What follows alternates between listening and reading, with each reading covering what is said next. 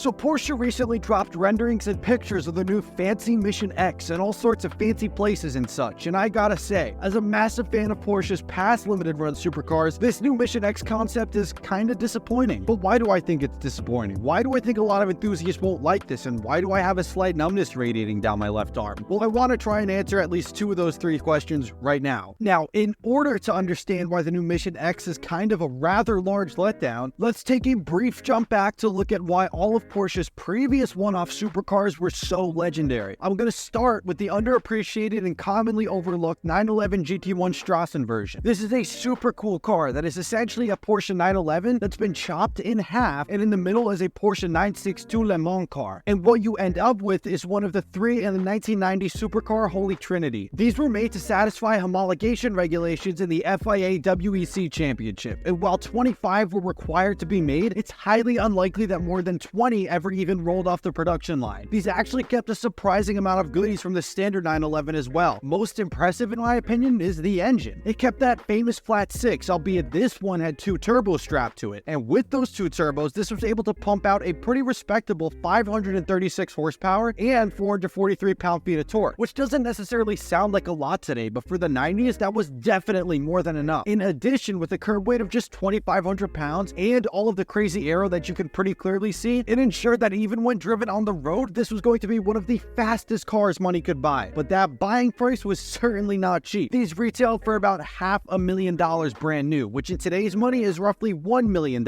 Certainly not chump change. This car, while extremely limited and eternally underappreciated, did light a fire in Porsche to continue to create crazy limited production supercars. And so just a short while later, Porsche started R&D on what would go down as one of the coolest and most legendary supercars, not just from Porsche and not just from the 2000s, but easily without a shadow of a doubt of all time.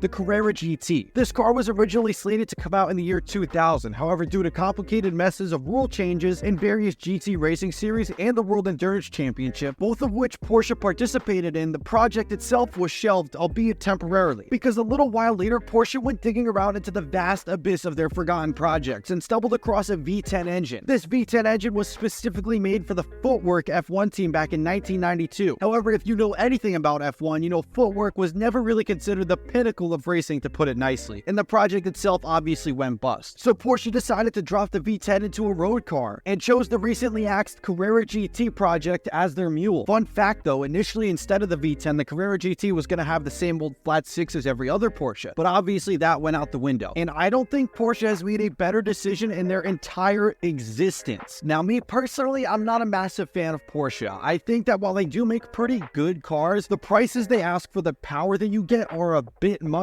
but I digress. This Carrera GT and the 968 Turbo are the only exceptions that I can think of, and for good reason. Just take a listen to this car. Really doesn't get much better than that in a road car. Originally 1,500 were going to be made, but due to airbag regulations changing in the US, just under 1,300 rolled off the assembly line in Leipzig, Germany. They used that legendary V10, which is good for right around 600 horsepower and 435 pound-feet of torque, which was paired with an awesome 6-speed manual transmission, making the driving experience on this even better than the famed Lexus LFA, in my opinion. The power helped push this from a standstill to 60 in just 3.6 seconds, and got it up to a rocket-like top speed of 205 miles an hour. This is what most people consider to be the greatest supercar of all time. Between the looks, performance, and arguably most impressive, the sound, this car seems to have it all, with its only real rival being the Lexus LFA. But even then, like I said before, unlike the Lexus, this only came in a manual, making it that much better. But this car wasn't the end of the legendary run for Porsche supercars. The Carrera GT ended production in 2006, and just 4 short years later, in 2010, at the Geneva Motor Show, Porsche unveiled their latest insane supercar, the 918 Spyder concept. Now, at the time, this was just a concept, and you have to remember, the world was just starting to recover from the massive clusterfuck of the 2008 financial crisis. So Porsche kept an open mind, but didn't really expect for there to be crazy amounts of interest, but they were obviously wrong. After over 2,000 registered declarations of interest, I'll touch on that in a second, for the 918 Spyder, Porsche's board of directors gave the dev team the green light to start R&D on production of the 918 Spyder Spyder. I'm sorry, this may be really dumb, but that is really stupid to me. Only a German company would make you register with them that you're interested in a concept car. Like, no shit, Sherlock, there's a shocker. I can see the headline now. Rich people want latest and greatest expensive toy. Anyways though, a few years later in 2013, the production 918 Spyder went up for sale, and it was and still is a beauty. The 918 is a hybrid supercar, which is pretty revolutionary for the time. It is notoriously a member of the most legendary Holy Trinity. But just because it's a hybrid, it doesn't mean that the engine is some dinky little four-cylinder. It utilized a 4.6-liter naturally aspirated V8 straight out of the Porsche Le Mans prototype class race car, which is an engine I can make a video about in and of itself. But an extremely quick crash course is that this thing is, well, wild. It doesn't use any belts at all and instead relies mostly on gears, which helps with reliability over its lifetime. An engine like this in a road car is almost unheard of. In addition, the engine only weighs around 300 pounds, which if you think about it is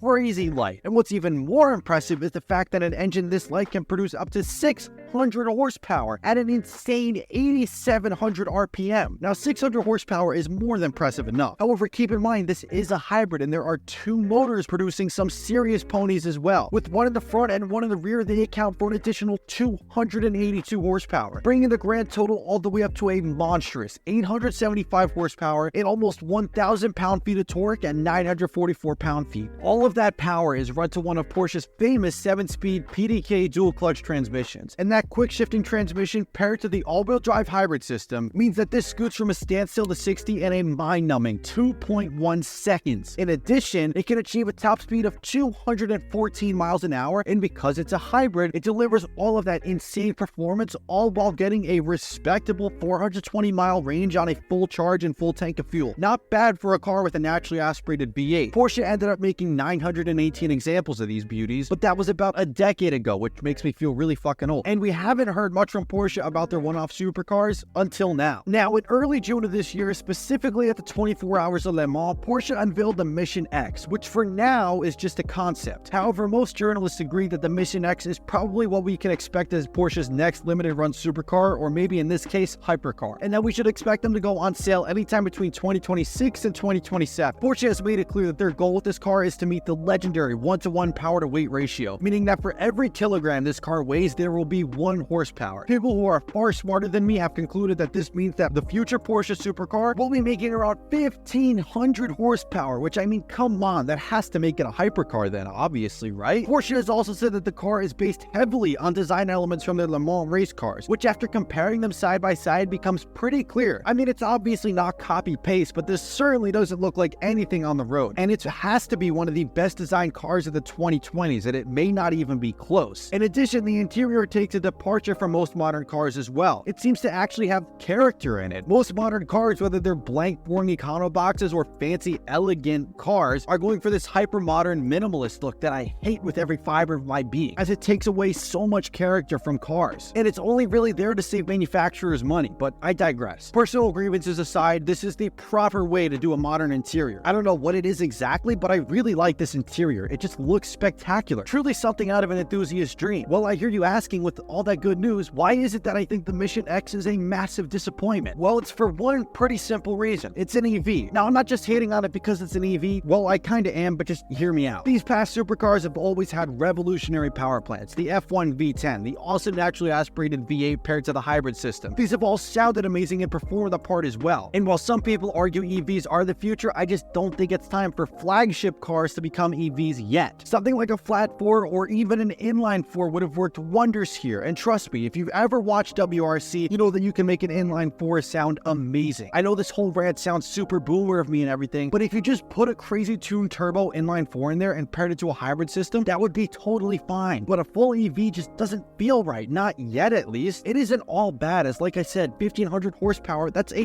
ton of power. And the battery, unlike every other EV, will be mounted behind the driver, making it similar to a mid-engine mounted supercar. Other than what I just listed though, we really don't have a lot to go off of because, again, it's just a concept. But like I keep saying, the idea of Porsche's flagship supercar turning into an EV, it's not something I or a lot of other enthusiasts are really fond of.